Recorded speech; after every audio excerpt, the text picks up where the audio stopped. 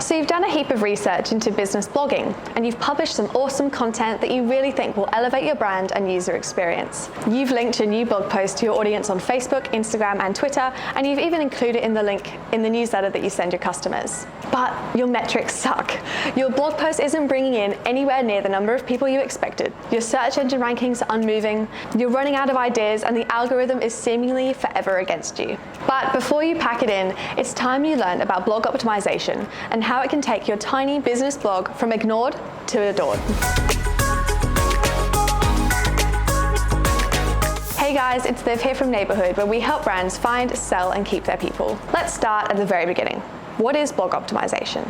Blog optimization is really just a less technical way of talking about search engine optimization, or SEO. Just like creating awesome content and knowing where to share it, blog optimization is a major part of your blog marketing strategy and needs to be something that you plan for from the very beginning. Optimizing your blog posts means using the tools you have available to make it as user-friendly and search engine-friendly as possible.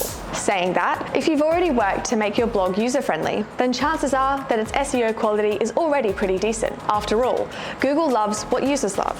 Don't worry though, we're not saying that if you go into blogging without understanding SEO practices, you're going to fall flat on your face.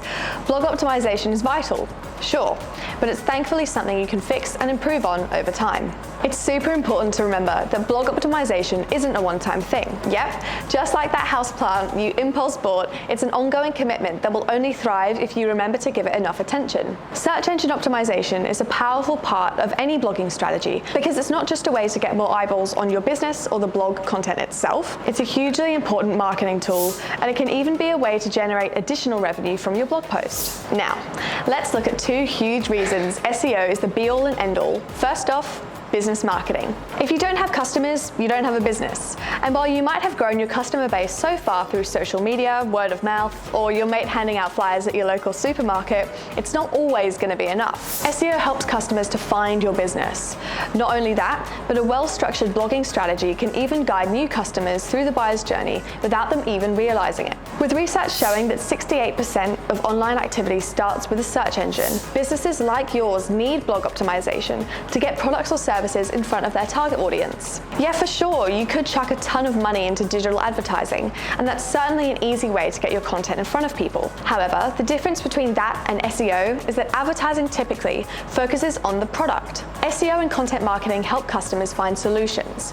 It's a subtle difference, but one that has huge implications for your marketing. Next up, it provides you additional revenue. The amazing thing about driving more traffic to your blog post is that you can use this traffic as an extra revenue stream for your business. And there's a ton of different options depending on what your business is. So next up, why does better SEO mean more dollars in your pocket, you ask? Well, better SEO means that you'll be driving more traffic to your website, and as you already know, other businesses are willing to spend money to distribute their content, with some being more than ready to pay top dollar for the right audience. So if you have that audience and an increasing number of those people visiting your website, you can make a little extra cash from every extra effort. If you're enjoying this video, be sure to subscribe and leave a like.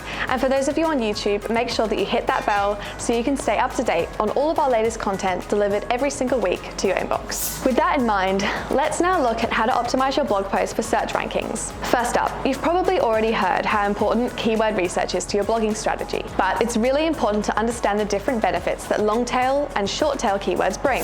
Short tail keywords are typically 3 or fewer words long, and they're super general. This makes them great for pillar posts or content focusing on a general topic, like vegan food benefits or conservation charities. Long tail keywords, in comparison, are over 3 words long and a lot more specific.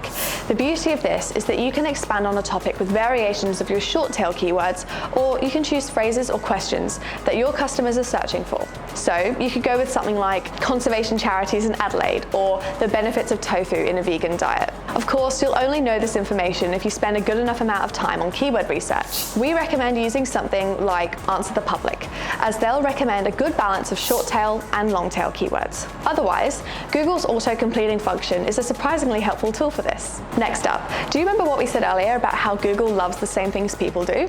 Yep, mobile-friendly design is one of those things. Now that we've all got smartphones, it's no surprise that an increasing number of searches and purchases are being made on mobile devices. That's why, in 2015, a major Google update made sure that mobile-friendly websites were shown first in the rankings for users on mobile devices. So, with it now being an essential ranking factor, you're going to want to make sure that your website uses responsive design, which is where it scales page elements based on the browser's size. We know it sounds a bit complicated, but thankfully, quite a few website builders use it as standard. So if you're running your article through something like WordPress or HubSpot, chances are you've already got a mobile-friendly website. Next, a huge thing that a lot of people don't consider with business blogs is that there's a lot more to SEO than just using keywords in your content. Sure, it's super important, but there's just as much going off behind the scenes as there is on your content editor. These parts of your content are often forgotten about, but vital for blog optimization and improving your overall SEO strategy. These are things like the page URL, meta description, image alt text, image file size,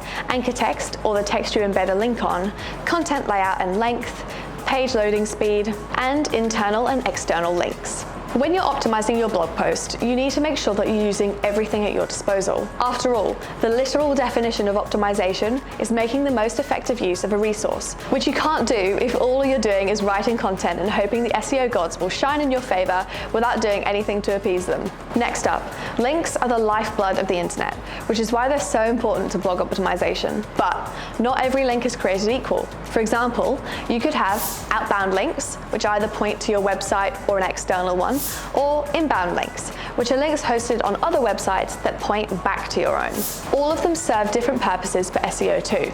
So now let's delve a little more into outbound links. If you imagine your website as a theme park, outbound links are like a monorail that takes visitors from one area of the park to another, or signposts that help visitors find the nearest food court or picnic area. This helps to keep visitors on your website for as long as possible, and it also gives them a better experience while they're there. More pages being indexed means that you've got a greater chance of ranking well for your chosen keywords. So consistently linking to other pages on your website is great for blog optimization. Now, let's talk inbound links. This is arguably the most important part of your blogging strategy that you don't have much control over. Search engine crawlers treat links like a vote of confidence in a particular website. And if a website ranks particularly well, then their links carry more of a vote than smaller websites. It's not particularly democratic, but it's the best thing that search engines have to judge authority with an algorithm, so we don't ask too many questions. The goal is to build links on authoritative, popular, and trustworthy sites while avoiding links from spammy or low authority ones. To build quality backlinks, we recommend guest posting for trusted publications in your industry. Sure, it might not be paid, but it'll help your website rank, and it'll gain you the respect of that publication's audience. You could also contribute to collaborative pieces, where you give your opinion to a publication in return for a backlink. And that's it. So if you found this video helpful, feel free to share it with someone that you know that needs a hand with blog optimization. You could also subscribe to our blog, where you'll find a bunch more tools, tips, and templates to help you find, sell, and keep your people, just like Neighborhood does. So that's it from me. Happy marketing.